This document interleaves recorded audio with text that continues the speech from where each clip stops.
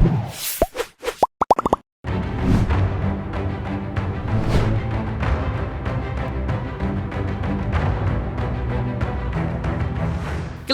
Anang dan Ashanti kini sedang mengalami tudingan dan tuduhan kurang sedap. Pasalnya, Ashanti dituding telah menelantarkan anak angkatnya yang bernama Putra. Putra yang selama ini menjadi tanggung jawab Ashanti dikatakan oleh Abdul Amin Jauzi, orang yang mengaku teman dan memiliki kedekatan dengan Putra, sudah tidak lagi dipenuhi oleh Ashanti. Menurut Abdul Amin Jauzi mengatakan dan menuding jika Ashanti diduga lalai menjalankan kewajibannya pada Putra sehingga Putra tidak lagi bisa menempuh pendidikannya di sebuah pondok pesantren terkenal di Kota Bogor, Jawa Barat. Tak terima dengan tudingan yang dialamatkan kepadanya, Ashanti pun pada akhirnya angkat bicara mengenai tudingan yang dialamatkan kepadanya serta memberikan klarifikasi sejelas-jelasnya. Bahwa saya ini bukan pengacaranya Putra ya. Saya bukan saudara, tapi saya ini teman. Saya mengenal Putra ini sejak 2 tahun yang lalu. Sejak ramai viral bahwa Putra ini menjual cilok begitu, sambil bersekolah. Dan kemudian kami menginisiasi menggalang donasi melalui Kitabisa dan terkumpullah sejumlah donasi ya. Hampir 200. Dan kemudian di perkembangannya bahwa Putra ini dijadikan anak angkat ya, tanda petik, oleh Ashanti. Dia sering diajak jalan-jalan dan seterusnya. Meskipun gurunya sempat mengeluhkan juga ke saya karena saya berkomunikasi dengan gurunya secara langsung. Kenapa sih nggak jalan-jalan itu di hari libur begitu ya? Meskipun pernah juga jalan-jalan di hari libur. Tapi itu sempat dikeluhkan oleh gurunya. Selalu izin memang kepada gurunya. Dan kemudian terakhir itu Putra dipesantrenkan di pesantren Al-Basir di Bogor. Dan kemudian kemarin libur semester semua santri pulang termasuk Putra, dijemput oleh Pak Tony, manajemen dari Ashanti. Informasi yang kami dapat bahwa sekolah itu masuk lagi tanggal 11 Januari.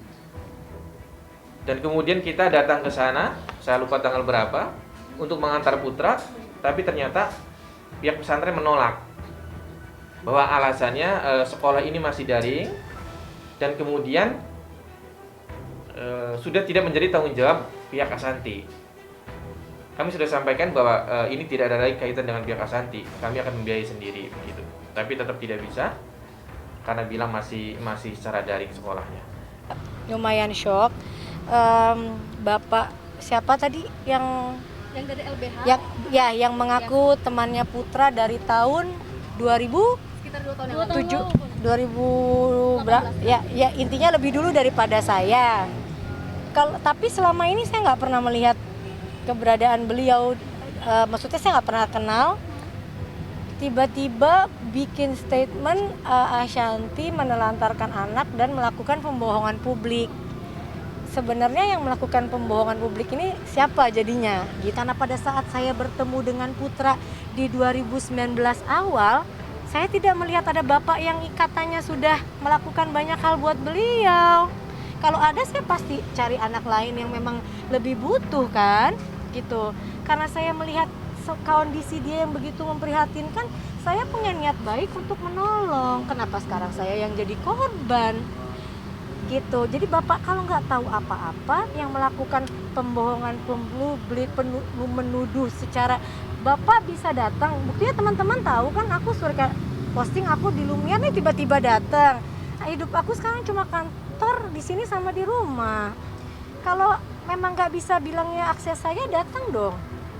Janji mau menyekolahkan tiba-tiba diputus tanpa sebab, tanpa penjelasan apapun.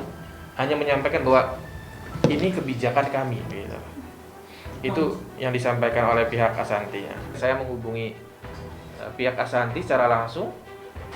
Katanya betul tidak lagi tanggung jawab Ashanti, dan uang yang sudah dibayarkan, uang pangkal begitu, itu akan dialihkan kepada santri lain. Tidak menyebutkan siapa orangnya begitu. Dan kalau Putra mau kembali ke pesantren, maka silakan biaya sendiri. Kalau putra mau kembali ke pesantren, maka silakan biaya sendiri. Yang mau keluar dari pesantren itu siapa? Coba. Alhamdulillah, baik voice note, baik WhatsApp maupun video, kita semua masih lengkap.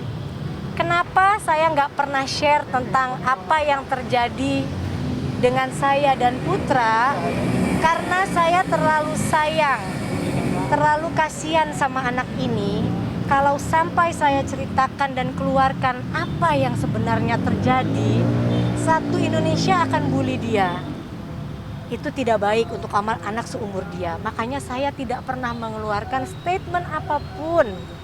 Karena saya menjaga dia supaya ke depan mudah-mudahan ada orang lain yang bisa membantu dia, mungkin memang jalannya bukan sama saya.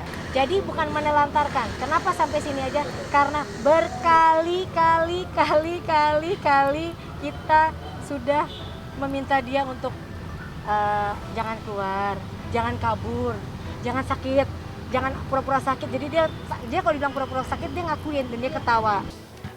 Jadi menurut pihak Ashanti sebenarnya sudah dibayarkan biaya untuk Putra, biaya uang pangkal ini, gitu loh. Tapi kemudian peruntukannya dialihkan, gitu.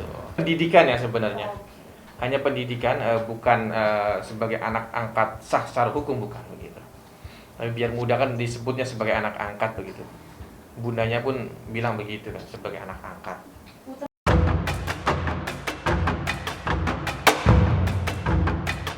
Bagai air susu dibalas dengan air tuba. Seperti itulah Ashanti mengungkapkannya. Bagaimana tidak? Menurut Ashanti, niatnya untuk membantu dan menolong sesama yang kurang beruntung ternyata sungguh tidak disangka-sangka dan tidak diduga-duga bahwa dirinya akan mendapatkan perlakuan seperti ini. Lalu, seperti apa rasa keterkejutan Ashanti atas apa yang menimpanya kini? Jujur pasti sakit hati lah. Di saat kita ikhlas membantu orang kok begini ya balasannya gitu. Udah saya anggap kayak anak, bener-bener anak ini loh, bener udah kayak anak. Bahkan kenapa kalau buat konten ngapain taruh 3 jam? Bayar mahal-mahal ibaratnya, tiap bulannya juga biaya dia dari mulai baju, cucian. Di pesantren itu dia nyuci aja. Coba pesantren, kan ada pesantren juga yang nyuci sendiri apa? Ini nyuci, dicuciin, makan 3 kali sehari plus dapat jajan. Apa yang kurang, Mbak? Baru 7 bulan, kan kita kalau masuk tuh bayar uang pangkal, ya.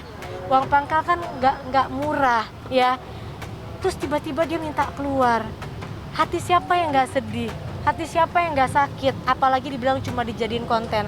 Tapi kalau saya paksain terus dia di situ hanya gara-gara saya udah bayar, saya juga takut anak ini nanti ke depannya malah ya kayak gini terjadi kan gitu. Malah akan membuat hal-hal yang lebih menyakitkan. Akhirnya saya ikhlaskan. Tahu nggak baiknya pesantrennya apa? Bunda, nggak apa-apa. Nanti kalau ada, terus aku bilang boleh nggak kalau nanti biaya awalnya Putra saya alokasikan buat anak yang saya bantu yang lain supaya nggak hangus. Harusnya hangus loh. Saat kita minta keluar, di mana-mana biaya itu hangus karena kiainya, anak-anaknya baik sekali. Aku tuh nganter Putra dulu ke sana. Jadi udah kenal. Karena mereka baik, nggak apa-apa Bunda, nanti saya alokasiin untuk anak lain. Selain Putra, saya punya 2 anak lagi. Yang satu di tempat lain, yang satu namanya Aulia di tempat yang sama. Alhamdulillah nggak ada masalah sampai hari ini. Gitu.